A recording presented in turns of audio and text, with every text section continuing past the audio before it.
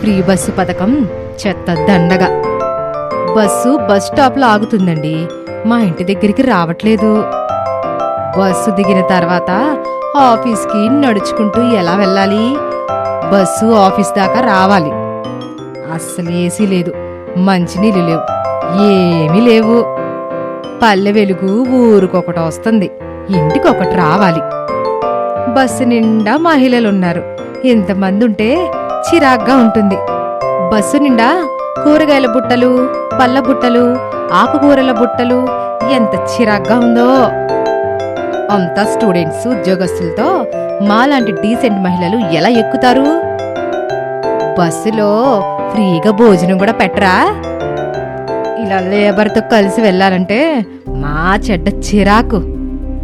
ఇది మాలాంటి విద్యార్థులకు, మాలాంటి ఉద్యోగస్తులకు, మాలాంటి చిన్న వ్యాపారస్తులకు ఉపయోగపడడం కోసం పెట్టింది, మీలాంటి పేటీఎం బ్యాచ్ కోసం కాదు.